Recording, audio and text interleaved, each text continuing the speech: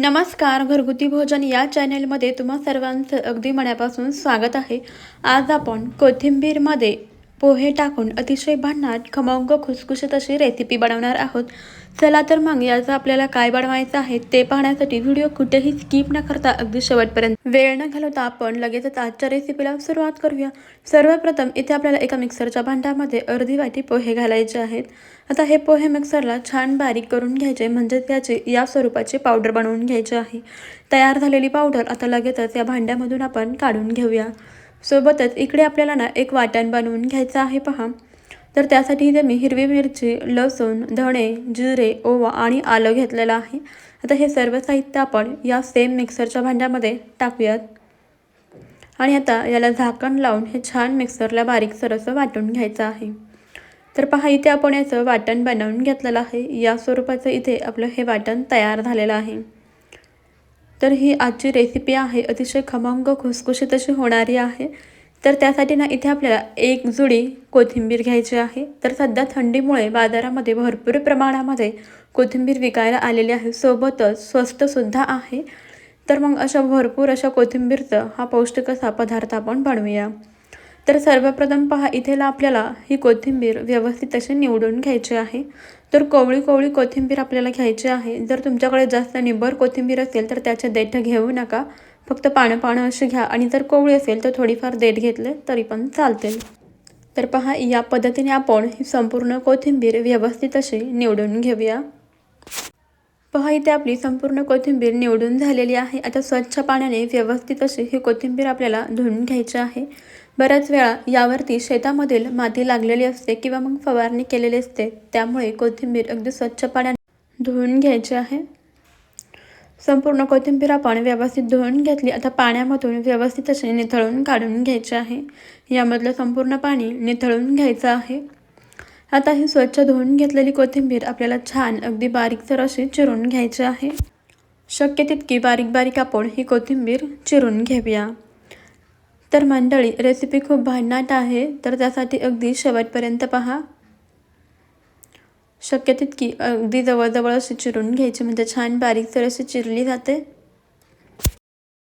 कोथिंबीर खाण्याचे सुद्धा खूप सारे फायदे आहेत. यामध्ये भरपूर प्रमाणामध्ये पोषक तत्वे आहेत, त्यामुळे कोथिंबीरचे सेवन तर केलेच पाहिजे. पण आपल्याकडे भरपूर प्रमाणामध्ये कोथिंबीर असेल तर काय बनवायचं, तर त्यावेळेस तुम्ही ही मस्त खमंग खुसखुशीत अशी रेसिपी बनवू शकता. पहा इथे आपण ही संपूर्ण कोथिंबीर छान अगदी बारीकसर अशी चिरून घेतलेली आहे.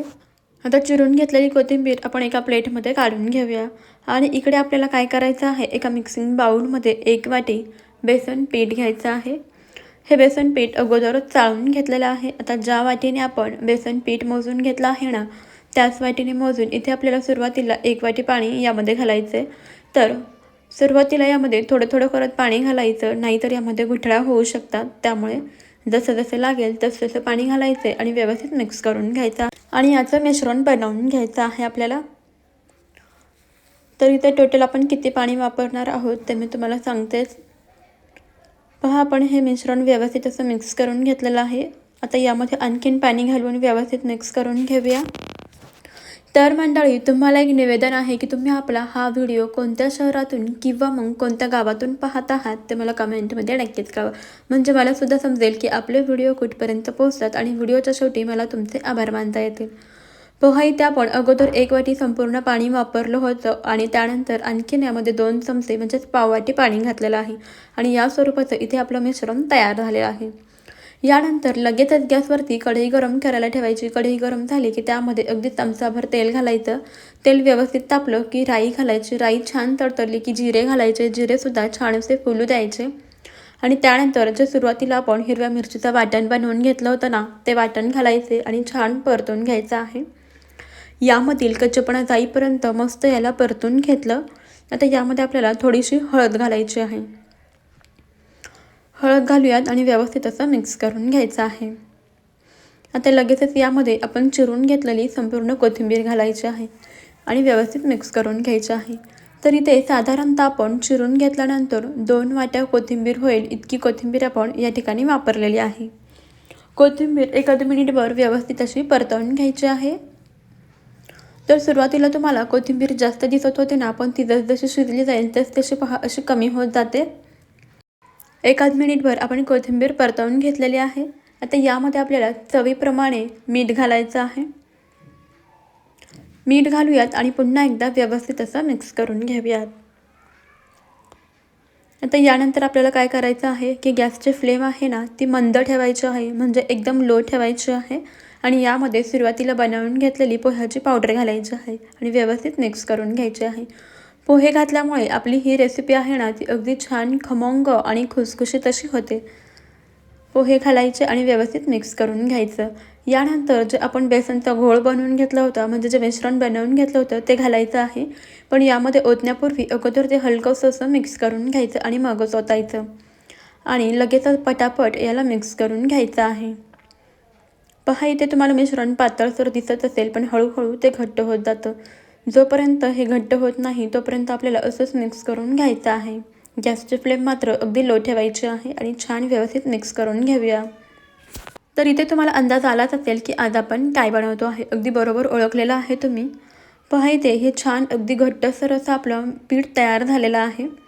आता ना आपल्याला यावरती झाकण ठेवायचं आहे आणि एक 3 ते 4 मिनटं बारीक गॅसवरती याला व्यवस्थित असं शिजवून घ्यायचं आहे, म्हणजे याला छान अशी वाफ लागेल आणि हे पीठ छान असं वाफवून निघेल.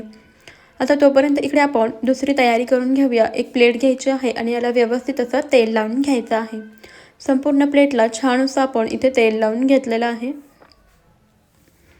आता यानंतर आपण जे पीठ गॅसवरती ठेवलं होतं त्यावरचं झाकण काढूया. आणि इथे तुम्ही पाहू शकता हे जे पीठ आहे अगदी व्यवस्थित असं शिजलेलं आहे आणि आणखीनच घट्टसर असं झालेलं आहे. आता लगेचच आपल्याला गॅस बंद करून घ्यायचा आहे आणि हे तयार झालेलं गरमागरम असं पीठ आपल्याला तेल लावून घेतलेल्या डिशमध्ये काढून घ्यायचं आहे.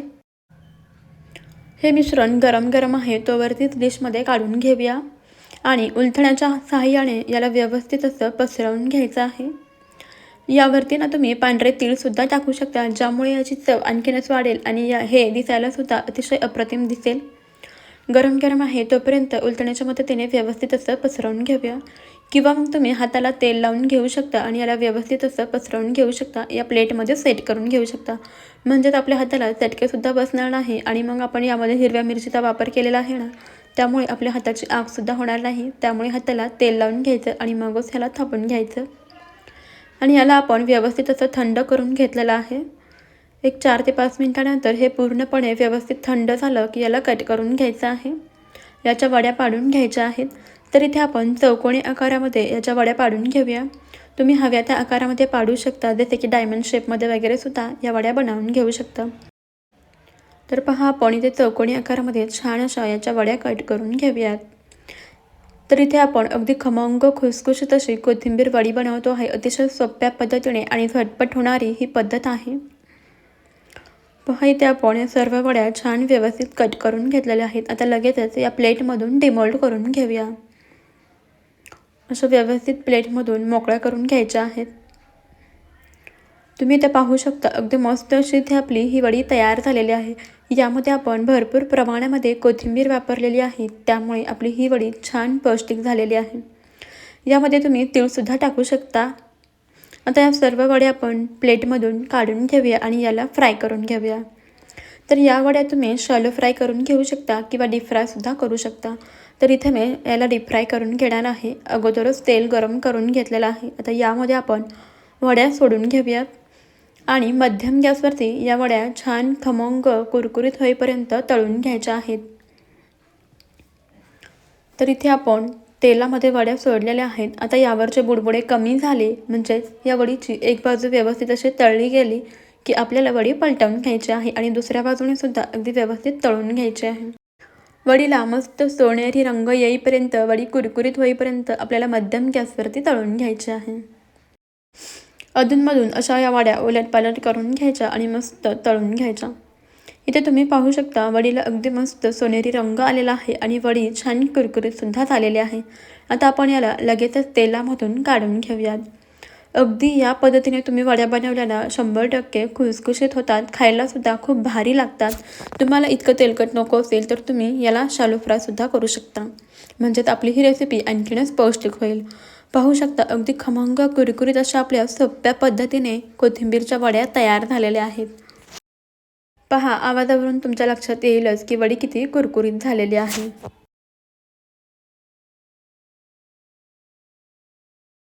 तुम्ही सुद्धा या पद्धतीने वड्या नक्कीच बनवून पहा. रेसिपी तुम्हाला कशी वाटली ते मला कमेंटमध्ये जरूर कळवा. आणि जाता जाता आपल्या अस्सल मराठमोळ्या या घरगुती भोजन या चॅनलला नक्की सबस्क्राईब करा आणि त्यापुढील बेल आयकॉन सुद्धा प्रेस करा. म्हणजेच आपल्या येणाऱ्या नवीन व्हिडिओचे अपडेट सर्वप्रथम तुम्हाला मिळतील. चला मग भेटूया आपण अशाच पुढच्या एका नवीन रेसिपीमध्ये. तोपर्यंत खात राहा, मस्त राहा आणि सर्वात महत्त्वाचं म्हणजे हेल्दी राहा. चला मग बाय बाय. व्हिडिओ तुम्ही शेवटपर्यंत पाहिलात त्याबद्दल तुमचे खूप खूप धन्यवाद.